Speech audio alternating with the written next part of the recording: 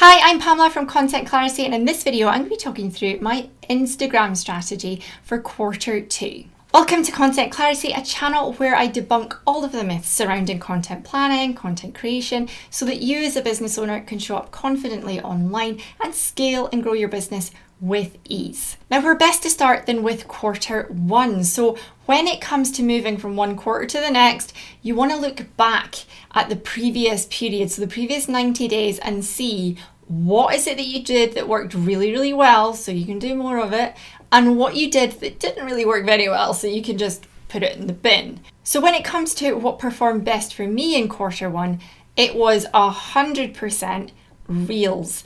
If I show you my insights, you can literally see the date that I went consistent with my Reels, and it just tripled my previous follower growth rate month on month. So without a doubt, I'm going to be keeping Reels. Now, it's no surprise that Reels worked very, very well. Adam Mosseri came out himself and said that Instagram is moving towards being a video first platform, and Reels tick that box. Now, when it came to Reels and what worked and what didn't work for me is that trending Reels worked exceptionally well. The sort of tip-led, tutorial-led, longer, talky Reels did not perform particularly well. So when it comes to moving into Q2, I'm definitely going to be focusing my efforts predominantly on the trending audio Reels. Another thing that worked really well for my Reels that I'm going to be continuing into Q2 is the covers themselves. Now, obviously, people see that when they're already on your feed, but again, it's moving away from this sort of like highly polished, aesthetically pleasing grid into this sort of like more raw reel sort of grid, this sort of higgledy-piggledy kind of vibe. And so what I was doing with Reels that worked really, really well was basically either just grabbing one of the frames as the cover, if I could get one that looked representable, not like this, and also had relevant text on screen. But if it didn't, just a quick selfie, drop it into Canva and adding some text on and using that as the cover. Now, that worked really well on my feed to sort of break up what else I was doing to sort of make it that sort of less, aesthetic intended. Now, something that didn't work for Reels that I want to debunk right now is this sort of recommended advice that actually do more Reels. So do 5 Reels a day, post 1 to your grid, and post the rest just to the Reels feed, as opposed to your grid. Now, I tried this, right? It's basically treating Instagram as if it were TikTok, right? Now, logically on paper, I can see the reasoning behind it. It's a good thing if you can do more of it without hurting your feed. Yay! However, I tried it. It didn't work. The Reels that I didn't post to my grid completely bombed. And actually, when you think about it and you think about how Instagram operates as an algorithm, it makes sense that it didn't work, because the way that it works over in TikTok, and the reason why posting more gives you more of an opportunity, is they treat every TikTok upload as if it were brand new, right? As if they don't know who you were. Your account doesn't come into it. Doesn't matter if you have 1 million followers. They treat each one independently at the moment, and so everyone gets a fair play every time they upload something. However, over on Instagram, it's totally different. They have a far more expanded algorithm over the years, which very much takes who your account is, who you are, what you've posted in the past, and how well it's performed in the past into account. So when you upload your video, it makes sense to me now that, of course, if you were like bombarding it with Reels, they weren't popping off quickly enough. It then just looks as if no one's engaging with your posts, so we'll just stop showing them to your audience and we'll just not put you in the explore page. So it makes perfect sense that doing that didn't work. Now, keeping on the sort of video first theme, another thing that I started doing that worked particularly well was Instagram Lives. Now, this was something that I reignited from, I think it was maybe like Q2 last year, Q3 last year, that I kind of just ran out of the habit of doing it. I used to do a lot of live mini trainings. I used to do, anytime I was launching something, I would do lives literally every day just to teach something new about that sort of topic. And I also used to do a live weekly series where I would interview another Instagram account, one that had performed particularly well, a business owner who'd used social media successfully. And again, I kind of fell out of habit with it. It takes a bit of time to sort of locate these people, see if they were interested, pick a date that works.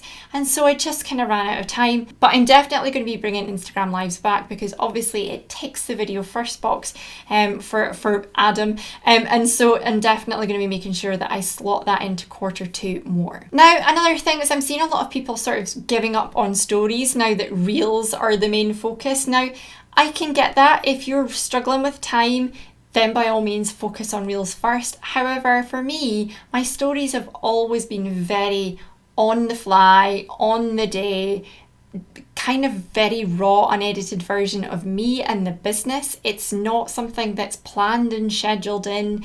It's not something that's relevant to audience growth or nurture or any of these sorts of things. It is if I'm going through a sales period, obviously. But other than that, it is just a bit of fun, and it's just a bit of behind the scenes camera, fly on the wall type thing.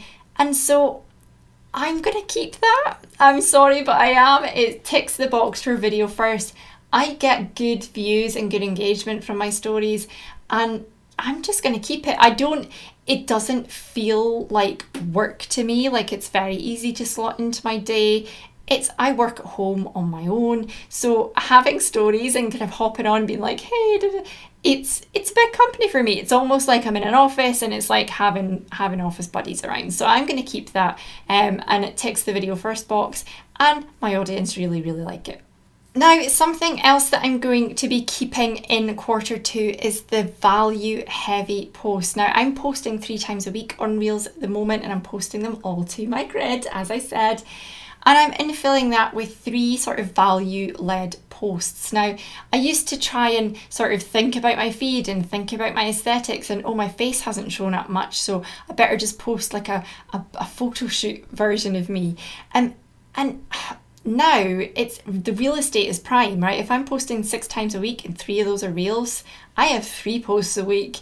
I'm not wasting any of those 3 spaces on a photo of me that, doesn't really say anything other than, look nice in my feed. So I've got prime real estate, and I'm using it wisely. So I'm using it all on value-led tip posts. Now, part of that obviously is carousels. Now, they perform exceptionally well for my account. It makes sense that they do, because obviously people want to swipe, right? Like, if you get them with that sort of grabby hook, of course they want to swipe and see what's next, right? So then you get engagement on the post. They're very savable. It makes sense. If they then get engagement, Instagram algorithm loves it. And of course they perform really well. Then you get you show up in the explore page against hashtags. So again, it makes sense that they work on paper, and so I'm going to continue doing that. Again, it doesn't have to be a carousel. If you're really struggling to sort of think, oh God, how can I make this one thing stretch out over 5 slides, 10 slides, I can't even. Then again, you can just create a single graphic and say it down in the caption. It doesn't have to be a carousel. A single graphic post that is very value driven works just as well. I got just as many follows, just as much saves of those as I did carousels. Now, something that I'm going to be putting in the bin when it comes to Instagram in Q2, that is the blog length captions. Do you remember those? Do you remember that was a thing 2 years ago? It was you have to have a caption that's the length of your arm. People don't have time. How many of those people were reading that caption? Seriously, how many of those people? Now, maybe if you're only posting once or twice a week and they saw you in the feed, and your post then almost became a newsletter for them. But if you're now posting reels frequently and you're keeping up with the graphics and stuff like that, like I am 6 times a week, there's genuinely, there's just not the need for these arm length captions. So I am not going to be writing these blog length captions anymore. If I can condense it down into just even like sort of 10 lines, then I will, right? As long as I've got a good hook, I make my point very snappy, which I think we're all pretty well versed, or we're getting very well versed at doing, thanks to Reels and TikTok, right? We can now condense our explanations down very, very short and succinct, and then go in with your call to action.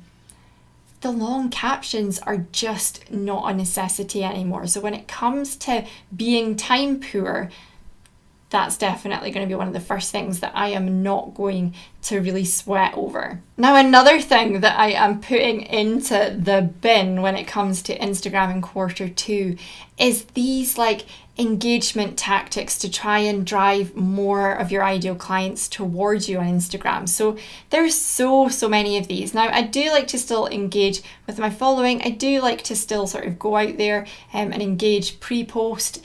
But one of the things that I am 100% giving up is treating Instagram like some kind of like, LinkedIn CRM type, sales-based system. For me, Instagram is very much going to be an attraction platform. I'm going to teach, I'm going to educate, I'm going to give value, I'm going to give tips, I'm going to attract the audience to me and let my content do the work.